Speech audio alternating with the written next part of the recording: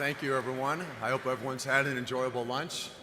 Welcome to the finale of our 2 days together.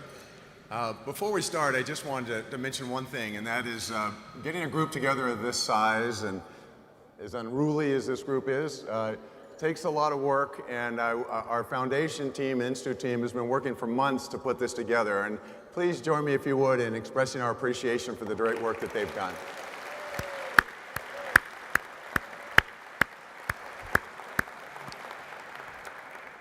Well, as we begin the finale of our program today, I would like to quote from President Reagan's D-Day remarks. He said, quote, "We are bound today by what bound us 40 years ago, the same loyalties, traditions, and beliefs. We're bound by reality. The strength of America's allies is vital to the United States, and the American security guarantee is essential to the continued freedom of Europe's democracies. We were with you then, we are with you now. Your hopes are our hopes, and your destiny is our destiny." Well, that message from President Reagan should ring true now, just as it did 40 years ago. Our security and strength of our democracy is tied to the strength and security of our democratic allies in Europe and around the world. Our freedoms are inextricably linked. President Reagan understood that. The question today is whether those who wish to lead our country into the future understand that. A diplomat and scholar who early in her career became an expert on the Soviet Union, Dr. Condoleezza Rice, our 66th Secretary of State, understands well that democracy can never be taken for granted. As she so thoughtfully stated here at the Reagan Library a little over a year ago, standing with our allies is, quote, "not only a matter of justice, it's a matter of protecting our interests. Great power rivalry has reemerged with a vengeance." Well, great power rivalry was the defining foreign policy challenge of the Reagan era, and it will likely be the defining issue of this generation as well. So what can we learn from President Reagan's example? What can we learn from the lessons of World War II and D-Day? How do we protect our democracy and prevent global war? We're honored to have the opportunity to ask these questions and more of Secretary Rice. There are many ways to describe her. She's the head of Stanford's Hoover Institution. She's a professor at Stanford Business School, the author of numerous books, a respected voice on geopolitics, a former national security advisor to the president, a classically trained pianist, an elegant ice skater, a superb golfer, part owner of the Denver Broncos. But most of all, we like to refer her and welcome her as trustee of the Reagan Presidential Foundation. Please join me in welcoming Secretary Condoleezza Rice.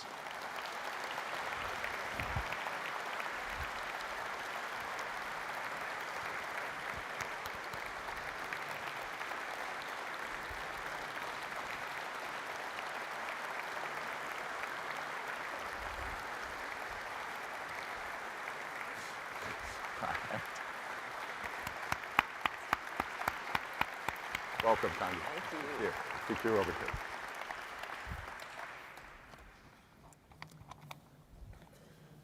Welcome back, Dr. Rice. It's great to have you here. Thank you very much. And of course, Fred, it's Condi, please. Okay, thank you.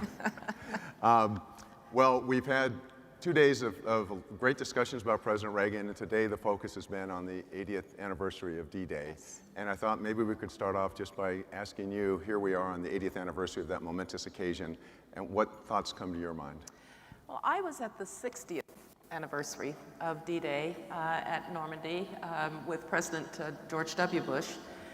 And there were a couple of things that were so extraordinary about it. I'm just so glad that we do these celebrations of it every 10 years or so. The first was the extraordinary sacrifice that these young people from the farms of the United States, from the cities of the United States, young people who wouldn't have been able to do a long dissertation on global politics, but they understood that this was an important place to sacrifice in order to secure freedom.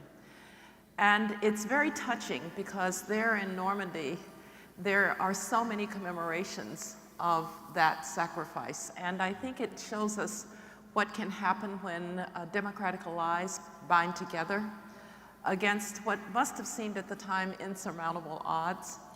And we just need to be constantly reminded, you know, the reason that you do anniversaries or you do these commemorations is, first of all, to memorialize and to appreciate those who sacrificed, but also to take inspiration from them for your part to be played. And so I remember that extremely well. Normandy is, to my mind, quite a sacred place for democracy. Right. Well, when you talk about sacrifice, back during the war, people enlisted and went to serve at unprecedented numbers.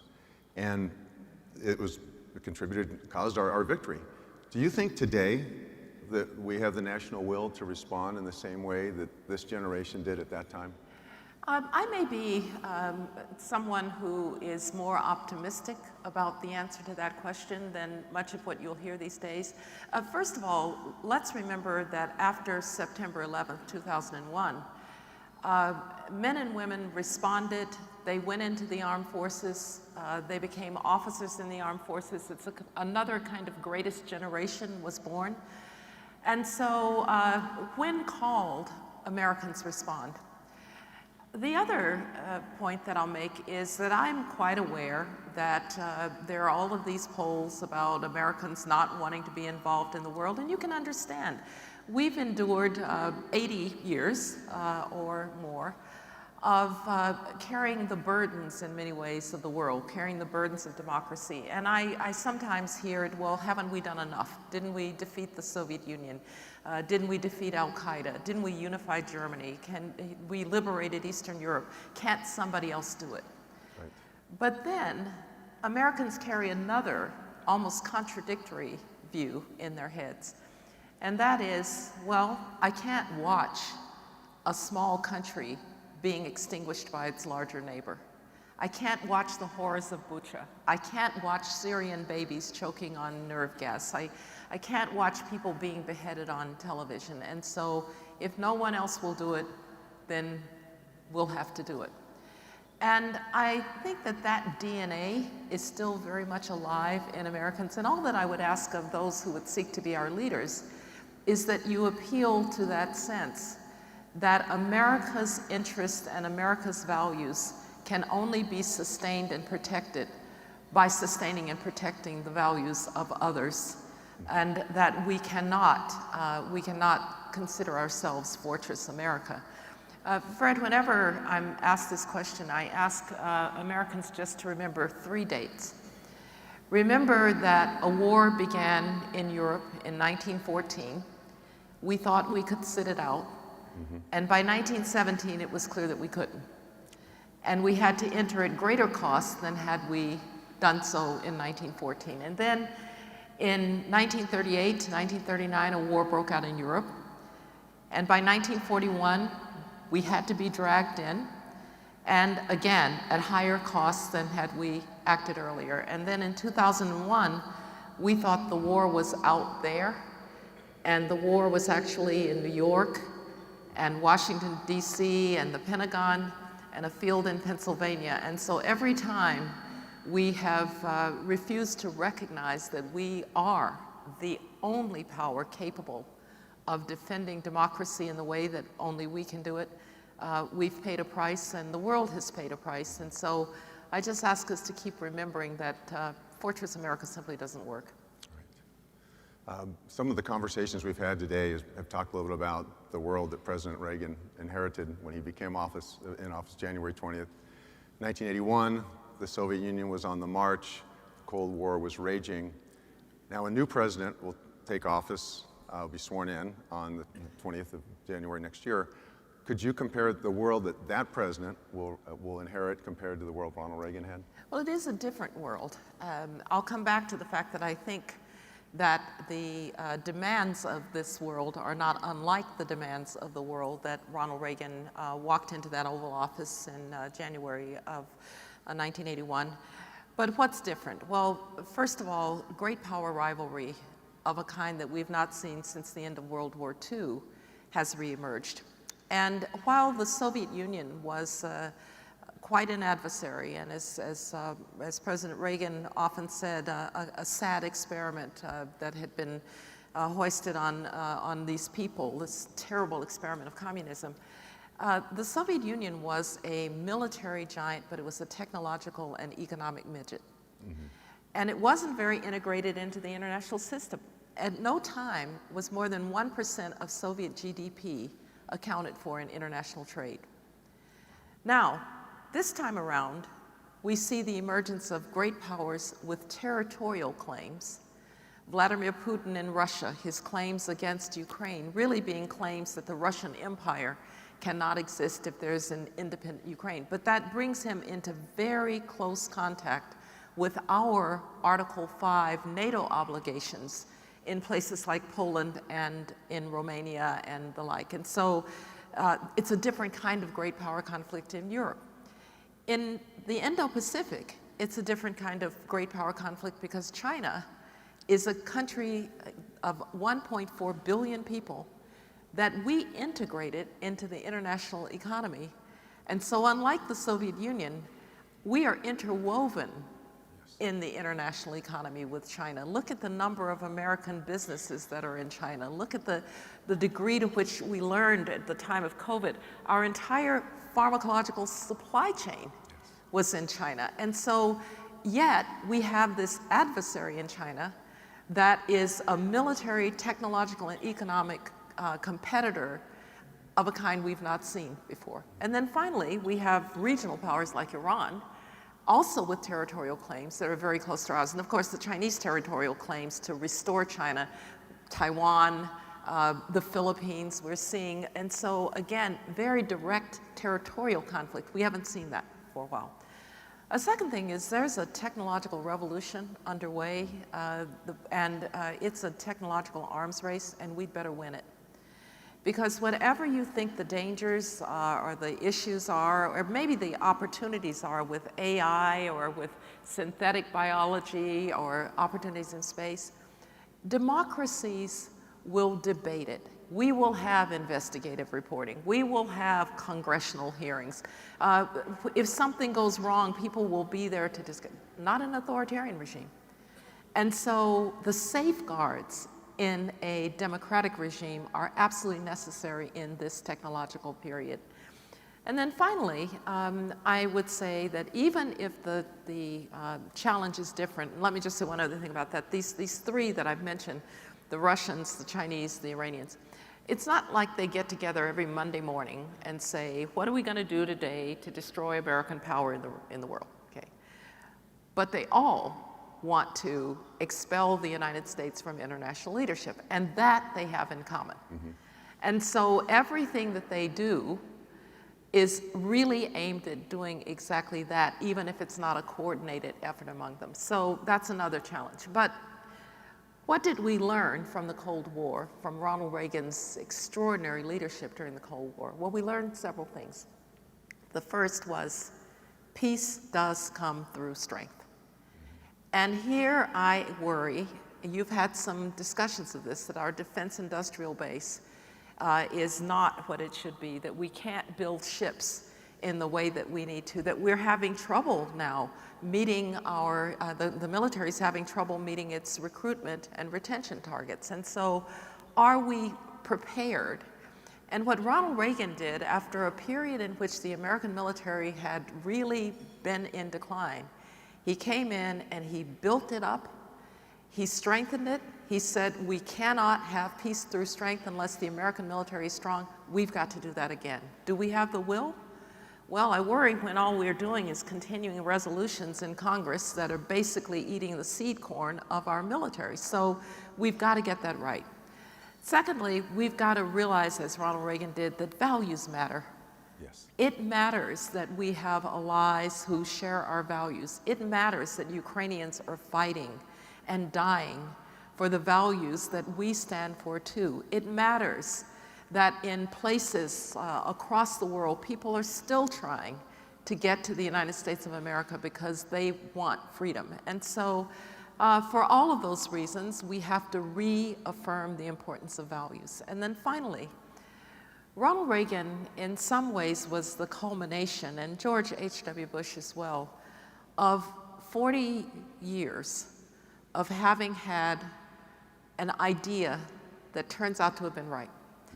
George Kennan said, we have to deny the Soviet Union the easy course of external expansion until it has to turn to deal with its own internal contradictions. And that's exactly what happened. It had to turn to deal with its own internal contradictions, and it collapsed. China has massive internal contradictions. Russia has massive internal contradictions. Iran is an internal contradiction.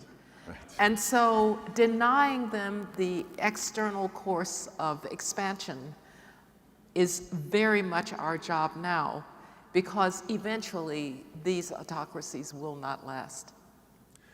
Just to come back on one of the points you made on we must win the technological race, how would you say we're doing at this point? I would say we're doing okay. We're doing okay because there's nobody more innovative and creative than the American people, the American economy. To be fair, I live in Silicon Valley, you know, and technology's always good in Silicon Valley. I'm hoping this time around that we're not just good at the knowledge part, but we're good at the wisdom part, because these are incredibly transformative technologies. Everybody talks about AI right now. You know, in Washington, they've learned to spell AI, but people don't actually really know what it is and what it can do. But one of the things we're doing at the Hoover Institution is we're doing something called the Stanford Emerging Technology Review, and we're working with the scientists, the computer scientists, the bioengineers, about all of the major emerging technologies. And if you think AI is scary, look at synthetic biology. When we had the first seminar on this, Drew Endy, who is a bioengineer, said, the cell is the basic unit of life, and soon we will be able to engineer the cell. Now that got everybody's attention. So why do I say we have to win this race? Well, just do a little thought experiment. What if the Soviet Union or Nazi Germany had won the race for the atomic bomb? We might have lived in a very different world. We cannot allow China to win this race. Now, we have two ways of doing it. One is we can continue to try to stop them from succeeding. And people say, well, unilateral sanctions don't matter. Well, sometimes they do. And actually, the fact that they can't get the NVIDIA chip because of sanctions has meant that they can't do generative AI, right? So there's that. But ultimately, there are smart people. They've stolen a lot of technology. Right. They've got a lot of people who've studied here and gone back. And so eventually, they're going to be able to do these things. So we have to keep running faster. And here, I want to go to a very Reagan-like idea. Do not let the United States government get in the way of innovation. Right. Because they will not do it well. I don't mean that we may not need regulation, we may not need rules. The private sector with these technologies, and of course this time around this all exists in the private sector, needs to be responsible. But the problem with government regulation is regulators will regulate even if they don't understand what they're regulating. And this time around, we have to be very careful not to cut off our own innovation, because then the Chinese just keep going. The other problem we have, I love our European allies, but all the regulations being done in Europe, where none of the innovation is taking place. And so we need to work with, for instance, the UK, where a lot of the innovation is taking place, to think about what's sensible and with a light hand. Because too heavy of a hand of government, and we're going to cut off our own innovation. Sure. You mentioned Congress a moment ago, and I know there's this saying, politics ends at the water's edge. Yet, when there were efforts to secure aid for Ukraine, Israel, Taiwan, it became delayed. It was delayed many months. It became very partisan, and at one point, there was criticism leveled that the Republicans can only pass this with Democratic support. Well, when it comes to foreign policy, shouldn't it be bipartisan? It should absolutely be bipartisan. And, Madison once said that politics is constant contestation. Right. He didn't say it was warfare, all right? And so very often you would find Ronald Reagan crossing the aisle, the famous Tip O'Neill friendship and so forth. And in foreign and defense policy, when you think about some of the leaders in the Senate particularly, they were on both sides of the aisle. So it was John McCain, and it was Sam Nunn, and Yes. it was Joe Biden, and it was John Warner. And together, they were able to steer a course where we could do the things that we need to do in a steady way. All that people really want from the United States is steadiness. I've often said, you've heard me say this, the only thing that our allies hate more than unilateral American leadership is no American leadership.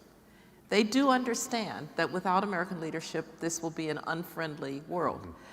But if we're constantly kind of zigging and zagging, it's very difficult for them to have confidence in us. I'm glad we finally got the package. I give a lot of credit to Mike Johnson for managing to do that. He also faced down those who would have taken him out because he did do what was right for the country. We need to have more of that, particularly when it comes to foreign policy. Yes.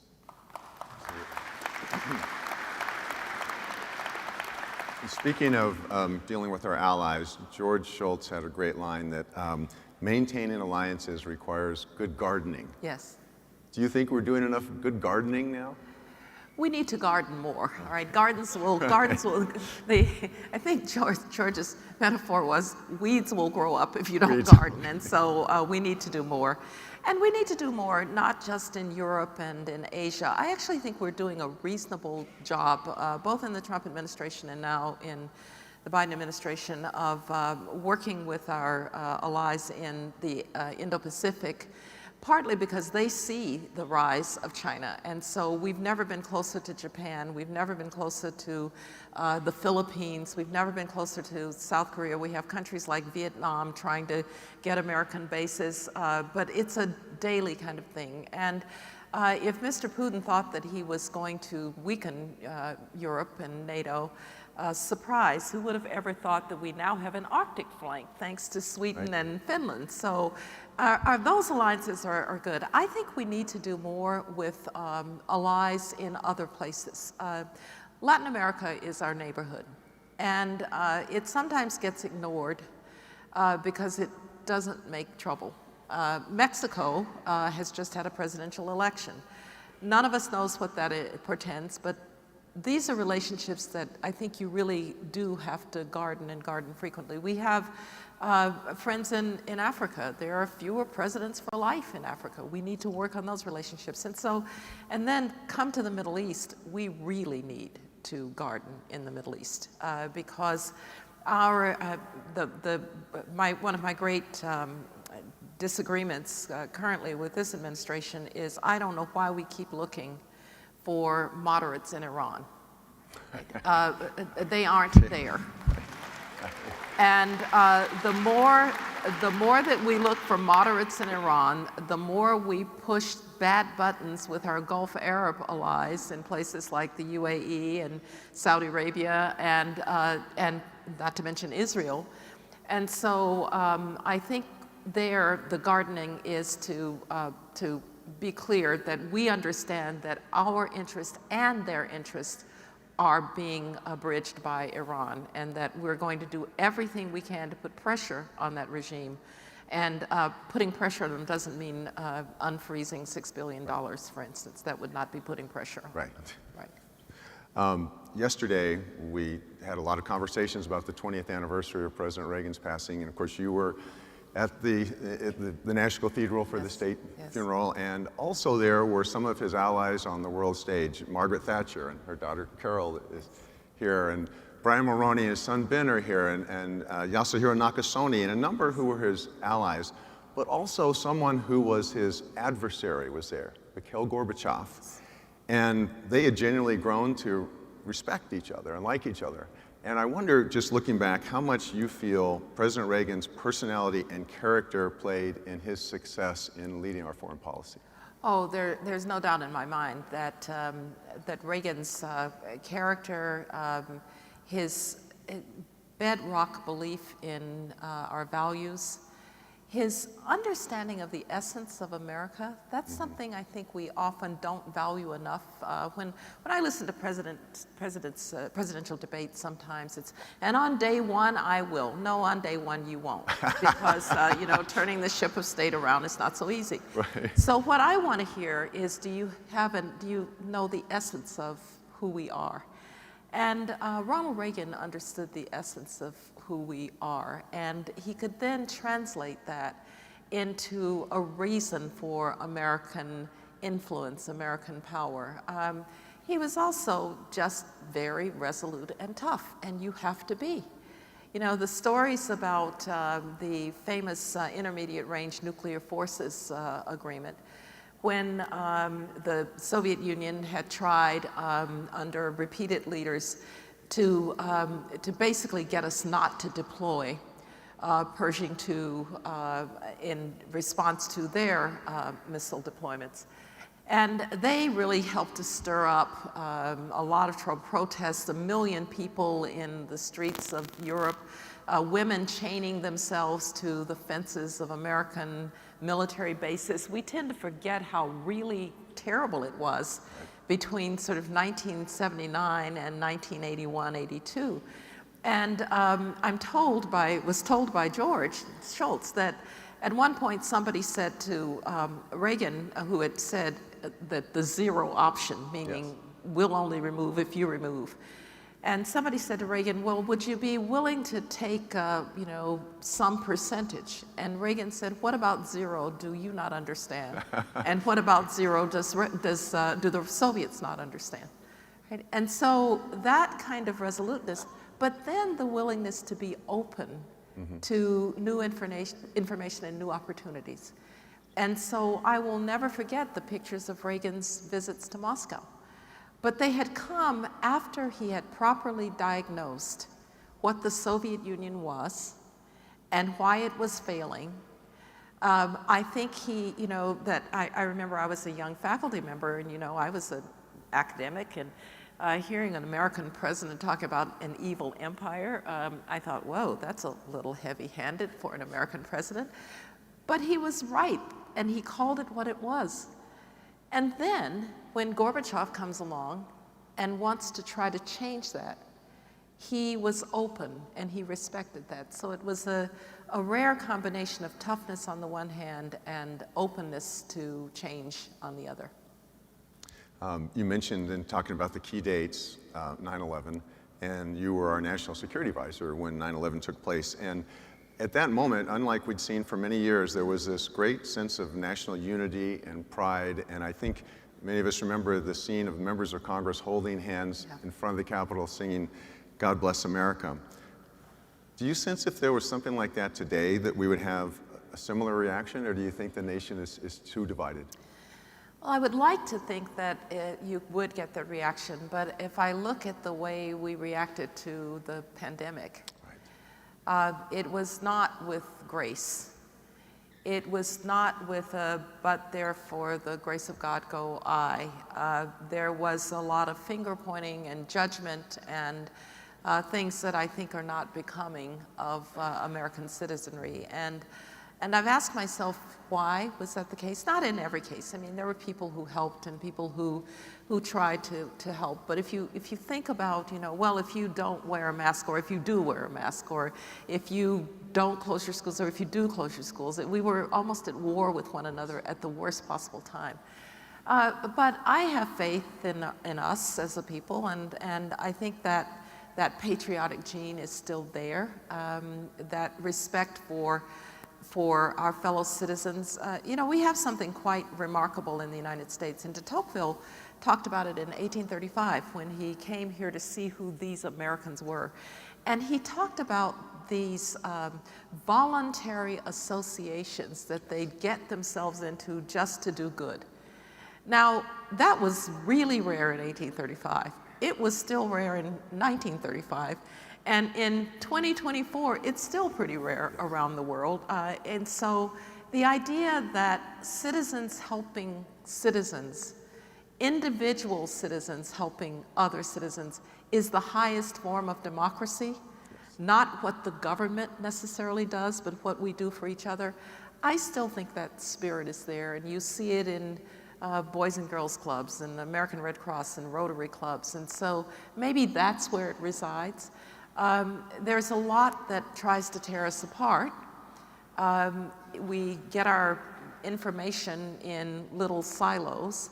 I tell my students all the time, if you find yourself constantly in the company of people who say amen to everything you say, find other company. Mm-hmm. Because just because you think it is so, doesn't make it so. Right. And so as a people, we've become less open to debating ideas and more likely to just yell at one another.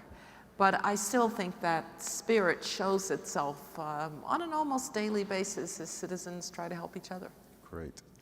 Now I have to be very diplomatic in asking this question. Oops. Okay, I'm ready. It occurs to me that you are now exactly the same age that Ronald Reagan was when he was elected President of the United States. That's scary. Now, I don't want to get in trouble with you, Condi, in asking the wrong question, but is there another job, either inside or outside of government, that you might be interested in having? Thank you.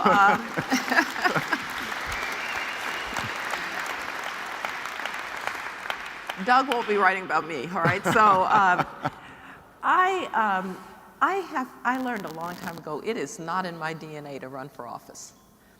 And you know, we say, well, the wrong people are running for office. No, actually, God love anybody who wants to run for office, because what we put them through and what we say about them and the way we treat them as if somehow they're just there for self-aggrandizement, it's a wonder anybody wants to run for office.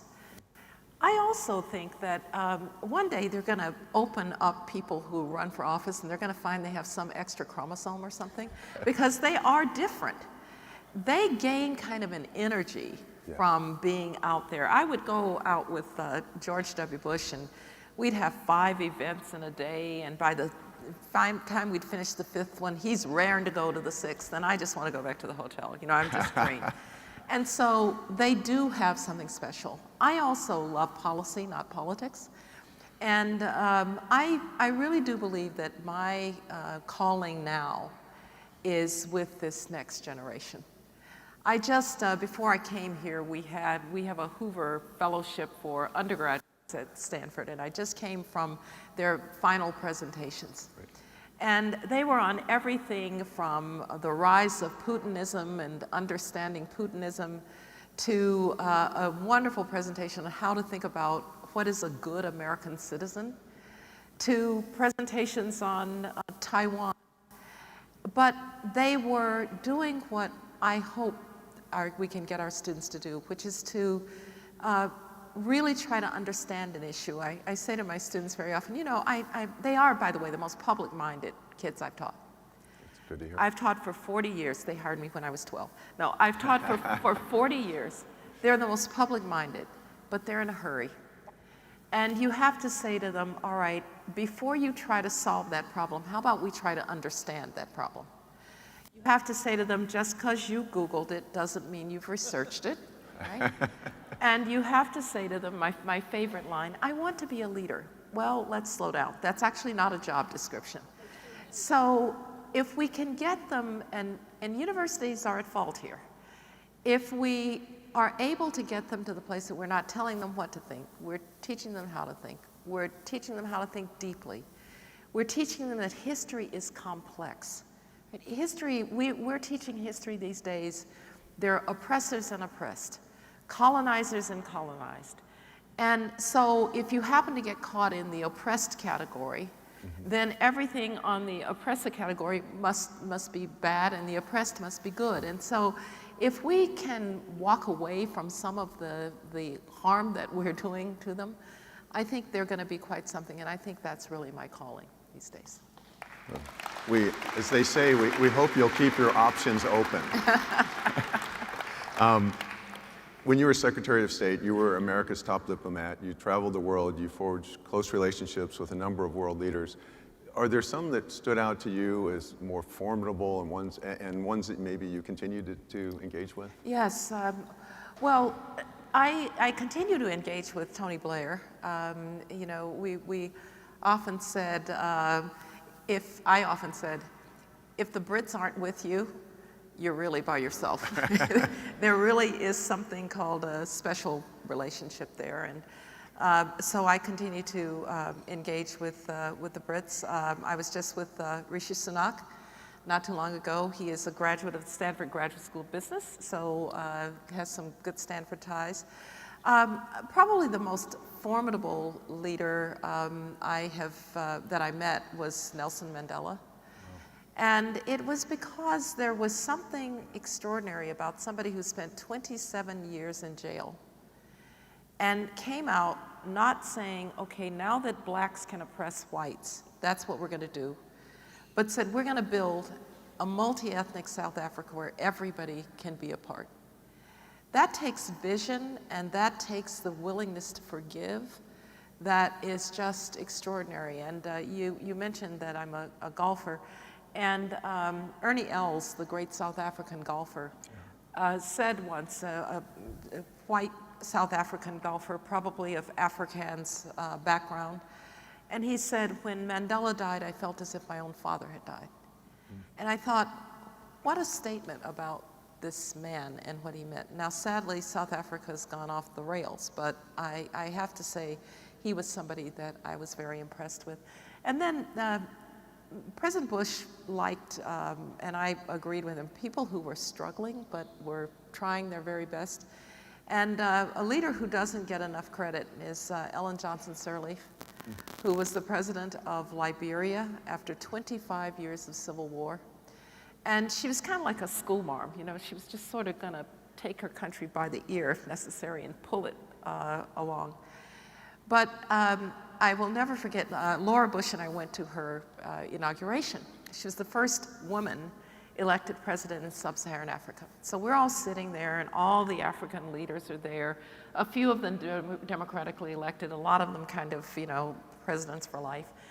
And they're all cheering everything she says. And then she says, and tomorrow morning, all of my ministers and I personally will put our financial statements, our personal financial statements, on the internet so everybody can see them. Now there's silence.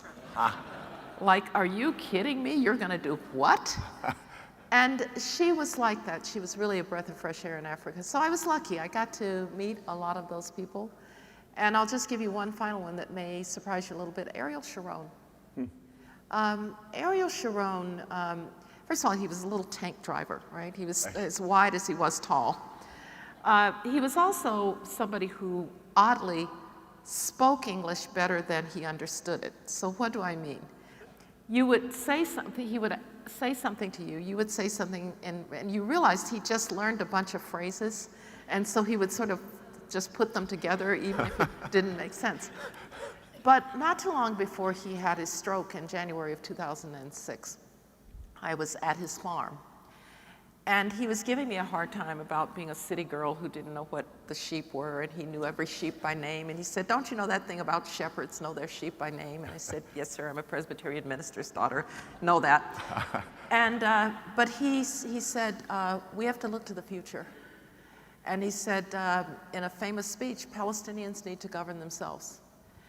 And he had the authority as somebody who had built the state of Israel to do it. Unfortunately, he had the stroke. Palestinians weren't ready. They've missed many opportunities to have their state, sadly. But Ariel Sharon was an extraordinary man, and I think he doesn't get enough credit for what he might have done. You mentioned, of course, President Bush, and I know there's something that a number of us would love to hear a story that we'd love to hear you tell, and that is when you and he did the secret trip to Iran with baseball Iraq, caps. Iraq. I'm sorry, Yeah, right. Iraq. Iraq with the baseball caps and Yes. hiding in the backseat of Yeah, the car. yeah. Can you tell us how that came together? Well, this was in November of 2003, so Saddam Hussein had only recently been overthrown. It was obviously very dangerous, but the president wanted to go and have Thanksgiving dinner with the troops. And so the Secret Service had planned it that nobody would know. So we went out to the ranch for Thanksgiving. And then on that Wednesday night, we got into an unmarked van, the president and me. We had on baseball caps, unmarked Secret Service cars and the like, and we go, the only person who knew we were going was Laura. Nobody else knew, not even the girls knew. And so because we're in an unmarked car with no lights, however, we get and we hit traffic. And President Bush says to me, "What's that?" I said, "Sir, it's called traffic. I know you haven't had it for a while." And so we managed to get to the Waco airport. We get to the airport, and the guard says, "I have to see who's in the back of the car." Secret Service by this time is going crazy. So we just kind of blast through this poor guy, and we get on Air Force One. But the part of this that's really quite, we go to Washington to pick up Air Force One. The part of it that's really still gives me chills is that because we were flying into what was still a war zone, Mark, who was the pilot of Air Force One, had to spiral the plane down.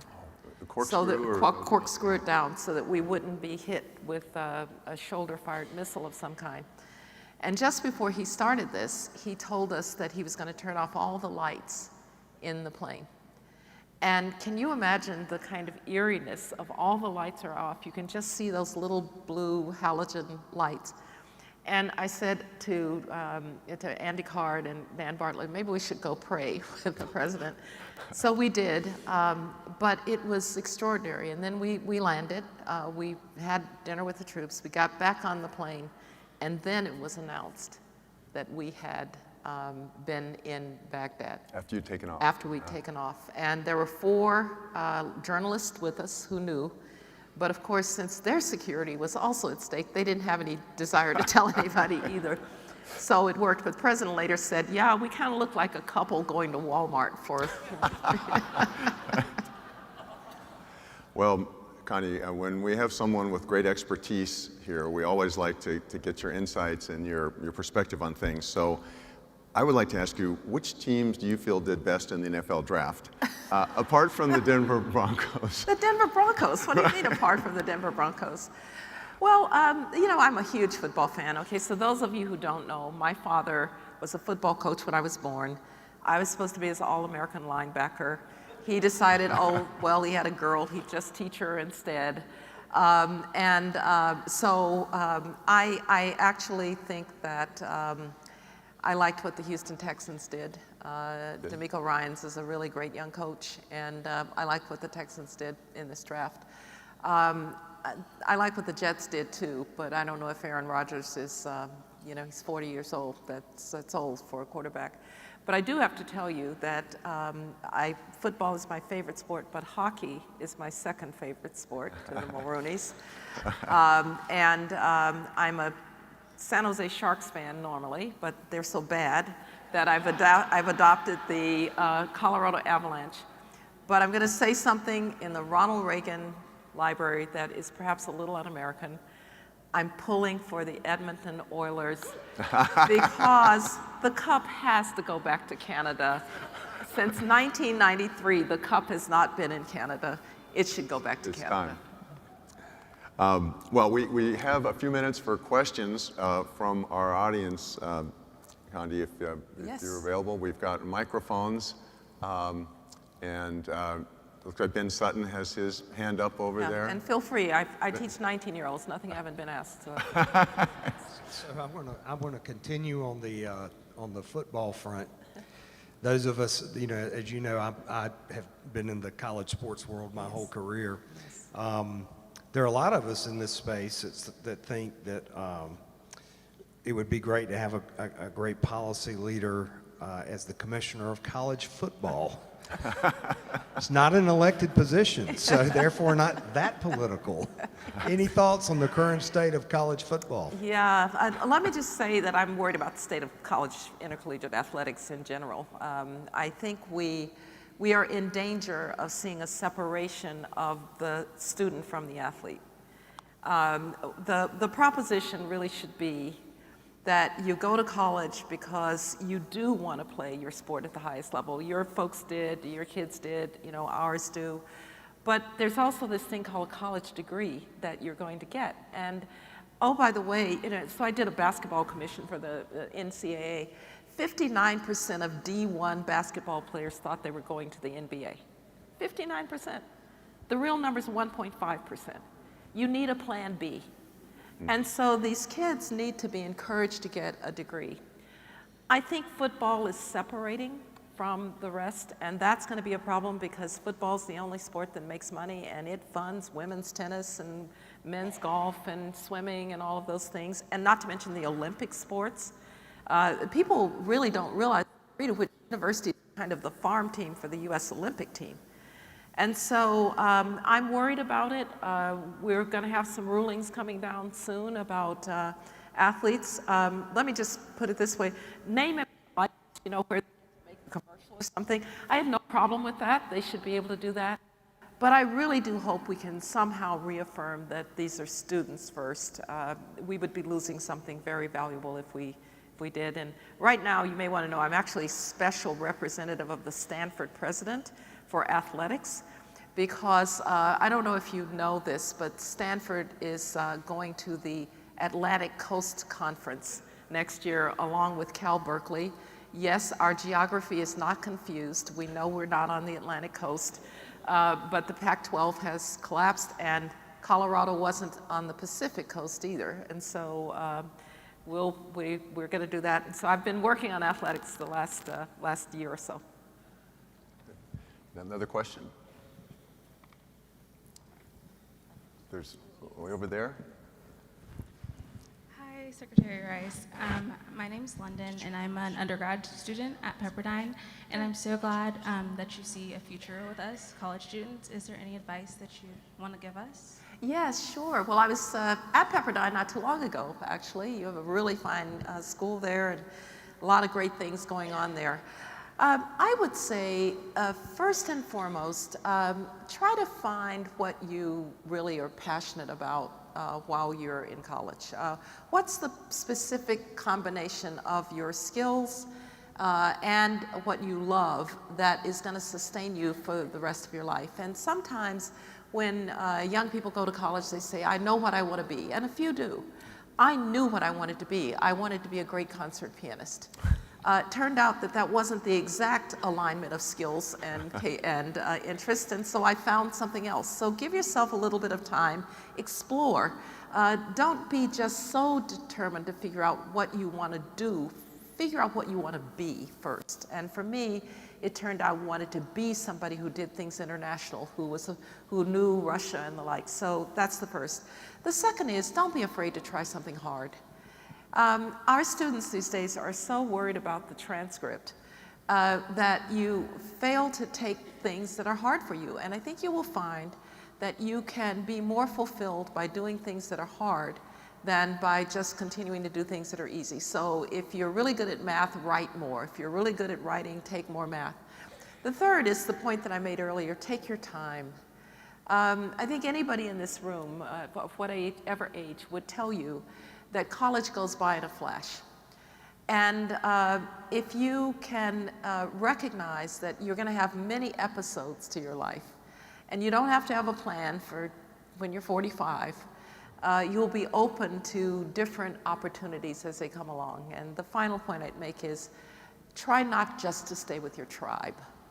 Try to be and introduce yourself to people who are different, people who come from different backgrounds, who think differently, and try to engage them. And the best way to engage people who are different is to resist the temptation to constantly transmit and to actually listen once in a while to what other people are saying. And those will all be very fulfilling. But But congratulations, Pepperdine's a great place. I'm sure you're going to do very well. Carol Thatcher. Yes, Carol Thatcher, yes. Secretary, more sport, I'm afraid. As a crack golfer yourself, do you have a view on how the LIV PGA chaos should be sorted? Yes. Thank you. Yes, it is politics, actually, yes. So I have an outcome that I would like. I would like these to be back together. I was at the Masters, obviously. I want to see DJ play. I want to see Brooks Koepka play. I also want to see Scottie Scheffler play, and I want to see Max Homa play. And the game is better when all the best golfers are playing together. And I don't know what the answer is going to be for how they do it. I know there's a lot of water under the bridge. I know there are ill feelings on both sides. You took the money, you didn't understand. Oh, now you're making a deal with Saudi Arabia. I know there's a lot of that. But I really think if you could get two people in a room and say, solve this, that it's not beyond to figure out how to get these two groups back together. And it would also help in other ways too. I think that there are those who fear that the women's game could start to splinter. And that would also be a very bad thing. So I don't have a good answer for, if I were trying to negotiate it, I'm not sure what I would put as the terms. But I do think that these two have got to come back together. This is not sustainable to have them separated this way. We have a question from Ben Moroney. Yes. Yes, thank you, Madam Secretary, for what you said about hockey. I was at that game in 1993 when the Canadians last won the Cup, so it'd be very nice to have it north of the border. Again, also, I got into Pepperdine Law School, and I took a trip to that campus and realized in about 3 seconds I would fail out of that school because it's so beautiful. It is beautiful. But Madam Secretary, yesterday we had a panel where we were given the broad strokes of Ronald Reagan's policy towards the Soviet Union. For step one, call them out for what they are. Step two, isolate them and marginalize them from obtaining credit in financial institutions around the world. Step three, drive up the price of oil. Step four, celebrate, more or less. And today we had another panel where an analogy was traced between the world that he inherited in 1981 and the world that we face today. The biggest dissimilarity that I see is sort of how interconnected we are to China versus how isolated Russia was. So how does that factor into how we should be approaching China in the future? Yes, absolutely. And you're right, it is, that is the major difference. It's hard to untangle. And I don't think we will be able to completely untangle it. I think that we are decoupling on technology. We are. We woke up one day and said, oh, and by the way, one of the dumbest speeches any leader possibly could have given was Xi Jinping's, we will surpass the United States in AI and quantum computing by 2030. What did he think was going to happen? Right. We looked around and said, wait a minute, you mean that our supply chain for chips is in a place called Taiwan? Isn't that vulnerable? We looked around and said, what do you mean that rare earth minerals are all controlled by China? And so slowly but surely, and oh, by the way, the civil military fusion, so you're going to take the technology that we help to fund through our venture capitalists, and you're going to hand it to the PLA so that they can expel us from the Indo-Pacific? We're off that train. So we have decoupled. But there are going to be other areas in which we will continue to have commercial relations, and I think it's not a bad thing. One of the ones that's kind of interesting is that the Chinese are really very into American entertainment, all those only children, right? And so when, you may remember when the Houston Rockets general manager said something about Hong Kong and the Chinese threatened to kick the NBA out. And I talked to Adam Silver. I said, they're not going to kick you out because those young princelings are not going to watch the Chinese national team play the Kazakh national team. Right? They want to see LeBron and they want to see Steph. And so there are some places. I would stay open to Chinese students because I do believe that we have an effect on people who come here and get to know us. But on some places, we're going to have to recognize the peace through strength doctrine. And that means that we have to be absolutely clear that we are in a position to defend, help Taiwan defend itself if necessary, that we are going to continue to do freedom of navigation exercises, that we are worrying about bumping up against the Chinese in various places, and so we're going to support the Philippines and support Vietnam. We're going to continue the Quad with India and Japan and Australia. We're going to leverage the fact that we have the strongest allies. So we can do both. We can continue to do the things with China that make sense, that the integration has brought about, but we're going to have to toughen our stance on resisting their efforts to build an alternative system to the US system. And I think Reagan would have been very good at doing that because he knew how to simultaneously treat the Soviet Union as the evil empire that it was, and as I said, be open to possibilities for cooperation when necessary. We have a question back there.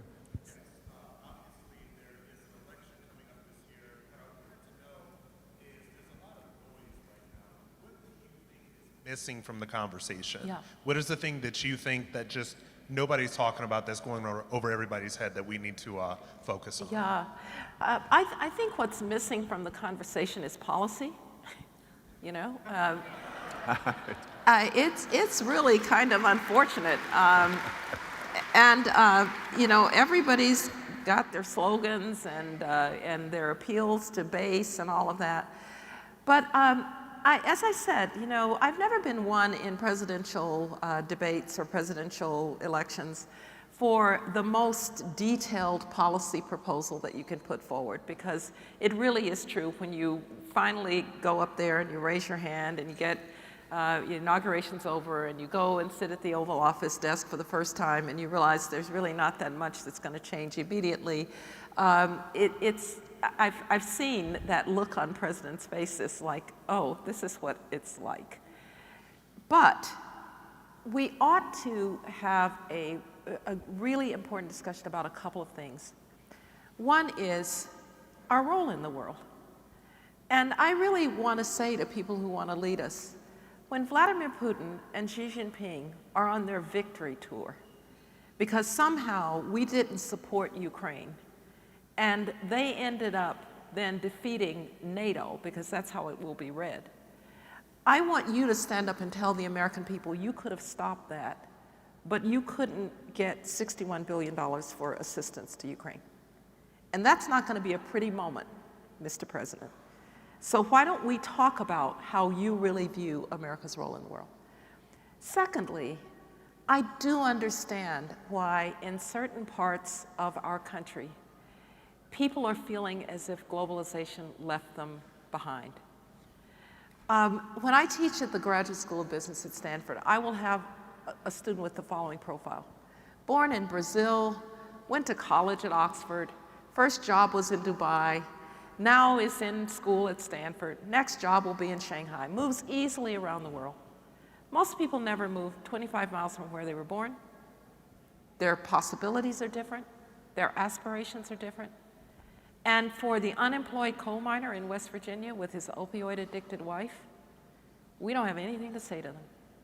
And so I want to know what you're going to do to make sure that the America that I have benefited from and that I know is available to all Americans if they're willing to work hard for it. What's your idea about how to do that?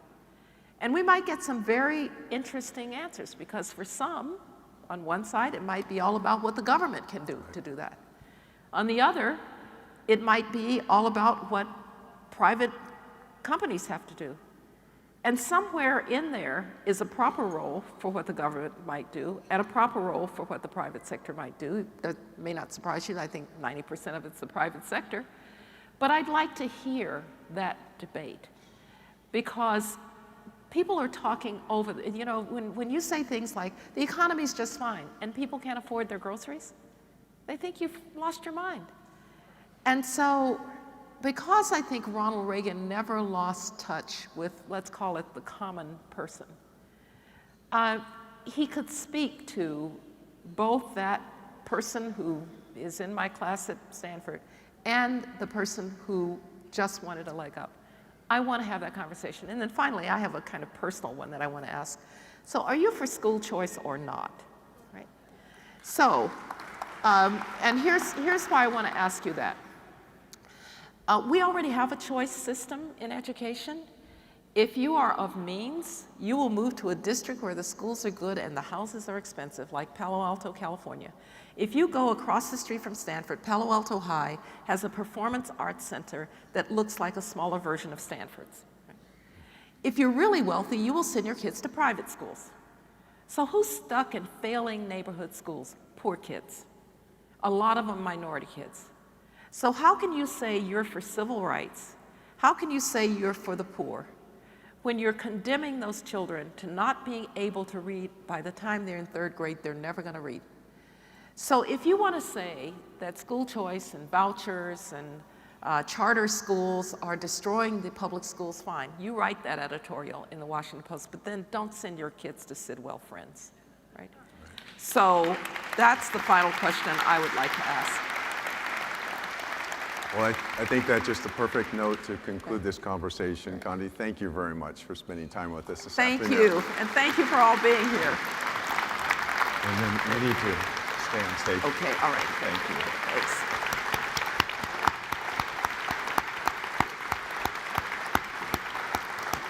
And I would ask everyone, if you could remain in your seats. We have a special performance of President Reagan's favorite song by the Voices of Service.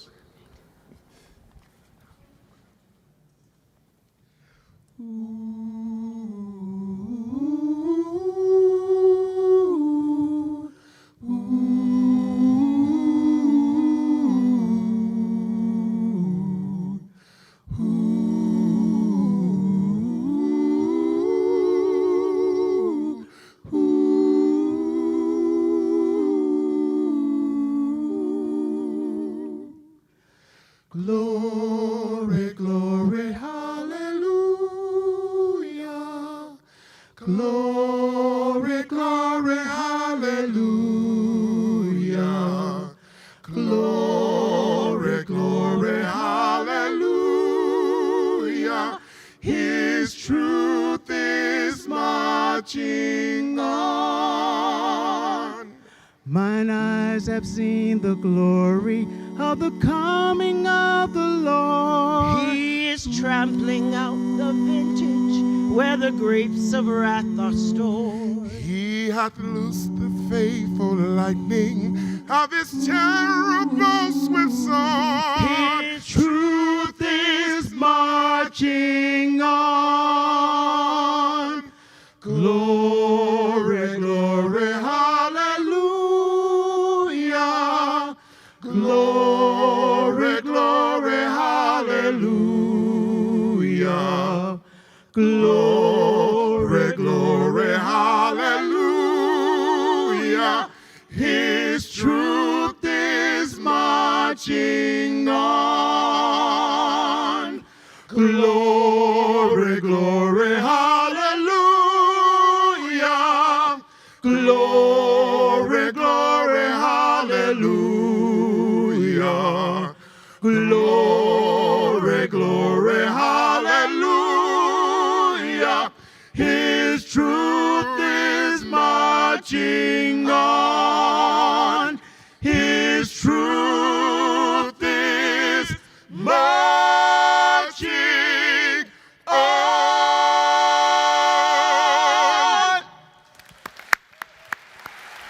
Thank you. Thank you, Secretary Rice.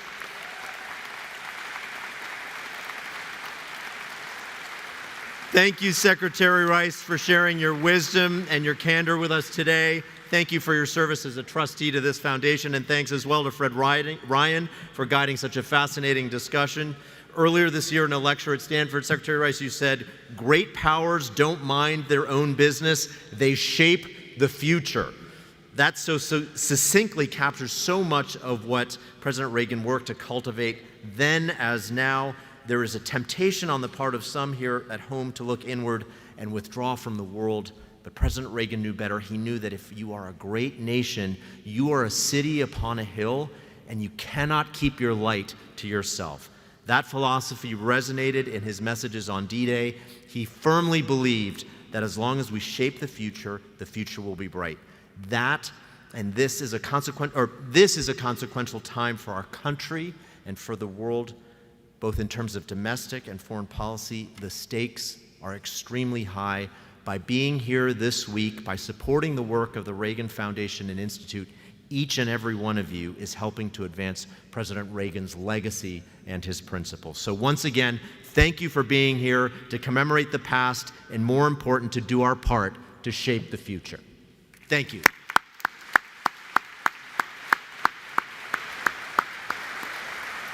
Thank you, Secretary Rice. God bless you. God bless you.